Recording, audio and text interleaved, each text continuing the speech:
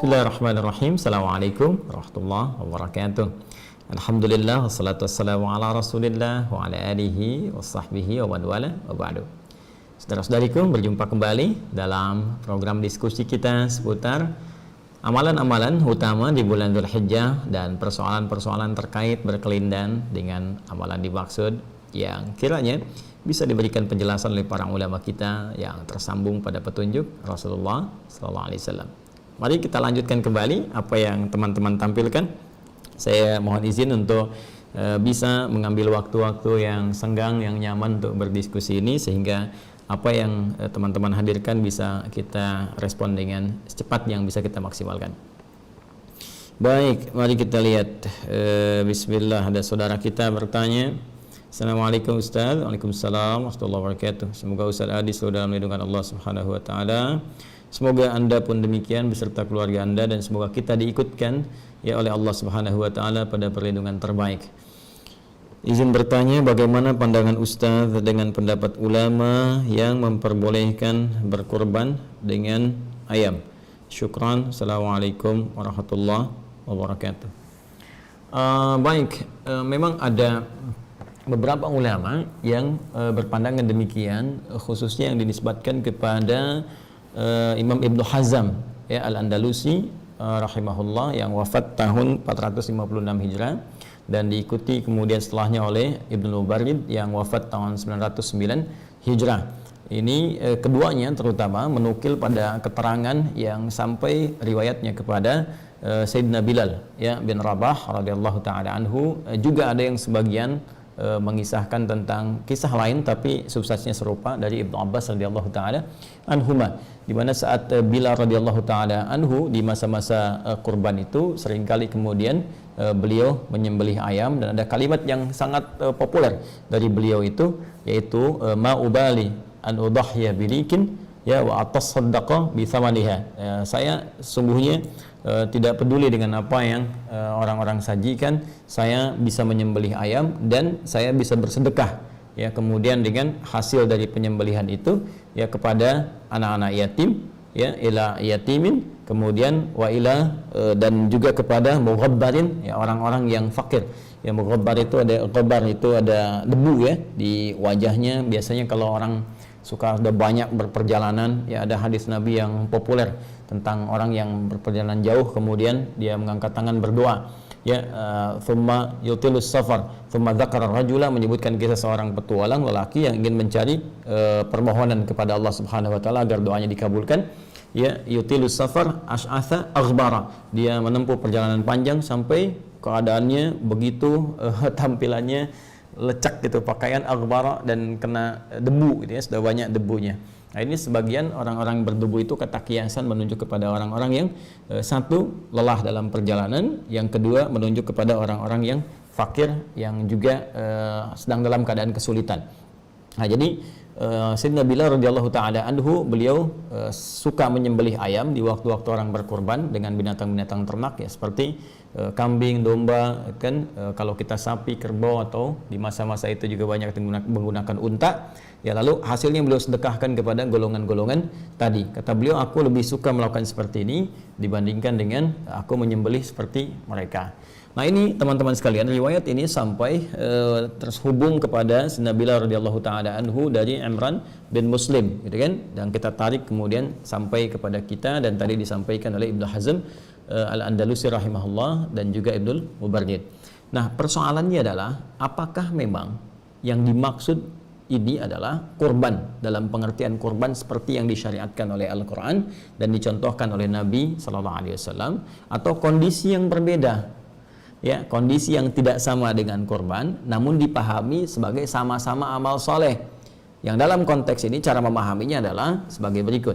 Perhatikan baik-baik. Kalau kita kembali kepada ayat Al-Quran, di Quran surah ke-22 Al-Hajj ayat ke-34 tentang kaidah hewan kurban, ketika Allah berfirman, perhatikan kalimatnya ketika Allah menyampaikan subhanahu wa ta'ala, walikulli ummatin ja'alna mansakan liyadhkuru ismallah ala ma razaqahum min bahimatil an'am ya, dan setiap umat kami berikan jalan, kata Allah, ya, kami berikan cara untuk beribadah, untuk menyembah Allah Subhanahu wa taala, yang dengan itu mereka akan mampu untuk mendekat, menyebut-nyebut Allah Subhanahu wa taala, berzikir kepada Allah dan mensyukuri nikmat Allah Subhanahu wa taala dengan satu ibadah korban itu yang disyariatkan min bahimatil an'am, dari kalangan hewan-hewan ternak. Jadi spesifikasinya jelas. Karena itu Al-Imam Al-Ghazali bahkan memberikan keterangan yang sangat ringkas tapi padat. Hewan korban itu, kata beliau, jenisnya mesti jelas, sifatnya mesti jelas, kadarnya mesti jelas. Di antara jenisnya yang spesifik yang jelas itu, apa itu? Bahimatul an'am, yaitu hewan-hewan ternak. Sehingga hewan ternak ini menjadi ijma' di kalangan ulama, ini yang hanya boleh sebagai kualifikasi hewan korban.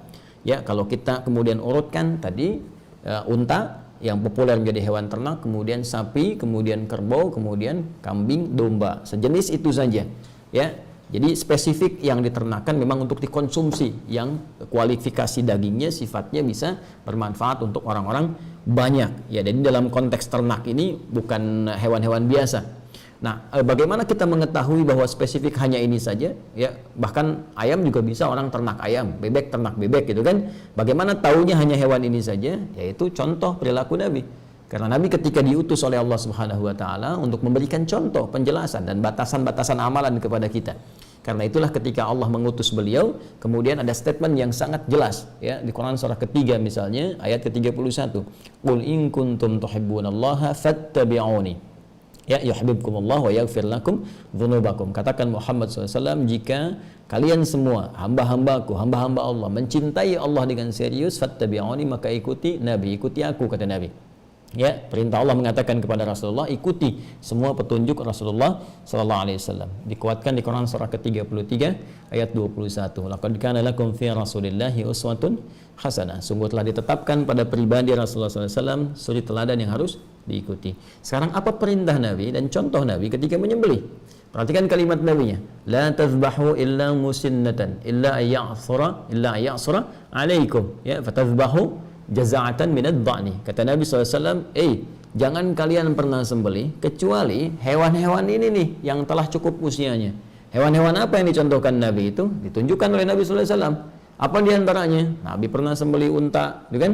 Kemudian juga membenarkan Nabi sembelihan domba, kambing dan sejenisnya. Bahkan Nabi menyebut kalimatnya, kalaupun sulit menemukan yang umurnya telah tetap, ya seperti kambing atau domba yang telah 1 tahun masuk tahun kedua, sapi, kerbau 2 tahun masuk tahun ketiga, unta telah masuk usia 5 tahun, illa jaza'atan minad dha'ni. Ya, kalau kalian kesulitan menemukan yang berumur ini, maka nggak apa-apalah, kata Nabi itu yang di bawah itu, ya dari kalangan apa? Disebutkan langsung seperti kambing, ya, baik, atau domba dan sejenisnya. Nah, jadi ini menunjukkan bahwa kurban yang dimaksud terbatas pada hewan ternak tertentu dan tidak di luar konteks yang ini. Adapun kebiasaan Sayyidina Bilal radhiyallahu taala anhu, beliau sahabat Nabi, tapi juga dilihat kualifikasi sahabat Nabi kan macam-macam. Ya. Contohnya apa? Contohnya dari segi harta benda misalnya. Hartanya Utsman kan luar biasa banyak. Abdurrahman bin Auf luar biasa banyak. Umar sangat lebih daripada cukup. Abu Bakar juga demikian. Karena itu mudah bagi mereka untuk berkorban menggunakan unta sekalipun. Ya, cuma Bilal kan radhiyallahu taala anhu punya keterbatasan dalam harta.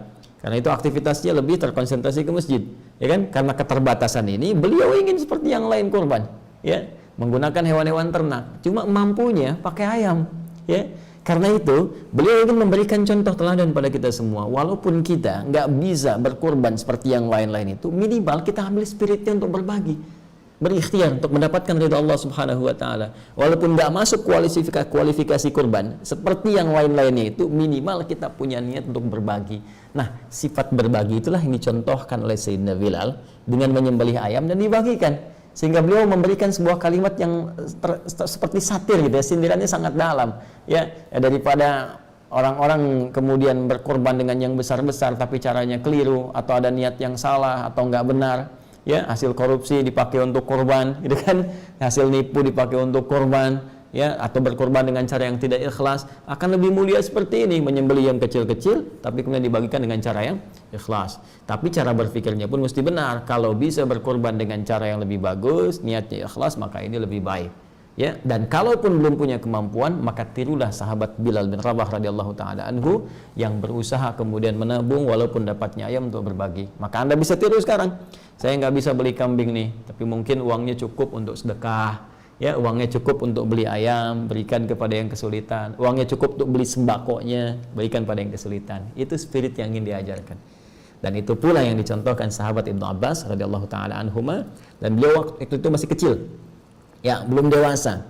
Karena masih kecil, nah itu semangat beramal juga tinggi. Tapi kan Anda tahu, ya, kalau yang anak-anak itu walaupun beliau ada kematangan ya dari segi pemikiran, fikih dan sebagainya, tetap dalam konteks ini ada riwayat-riwayat menunjukkan ada kebiasaan tuh sering beliau meminta asistennya untuk beli daging ya sebanyak 2 dirham, 2 dirham, 2 dirham, ya kan? Atau hewan kemudian disembelih sampai dikatakan kalau mau korban khusus nanti di saat Yamun Nahri, hari-hari kurban ya, tanggal 10, 11, 12 sampai dengan 13 hari tasyriknya.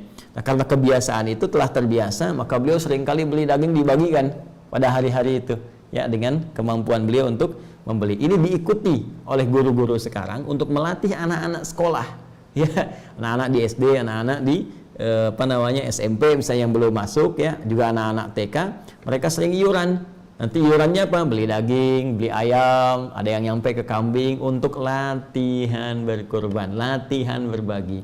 Jadi kisah yang disandarkan pada Ibnu Abbas radhiyallahu taala anhuma, ataupun juga mohon maaf kisahnya Bilal bin Rabah yang ditanyakan oleh saudara kita tadi, itu lebih kepada spirit untuk berbagi, menunjukkan sifat sosial kita dan melatih kita untuk beramal. Walaupun kita belum mampu mengerjakan amalan utama yang disebutkan tadi, setidaknya ada ikhtiar kita yang kita maksimalkan supaya saat kita berjumpa dengan Allah kita bisa mengatakan, ya Allah, dari harta yang telah Engkau titipkan aku pun berusaha untuk berkorban seperti mereka, tapi disinilah batas kemampuanku dan aku harapkan Kau ridha dengan apa yang aku kerjakan.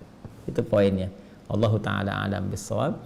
Subhanakallahumma bihamdika asyhadu an la ilaha illa anta astaghfiruka wa atubu ilaik. Assalamualaikum warahmatullahi wabarakatuh.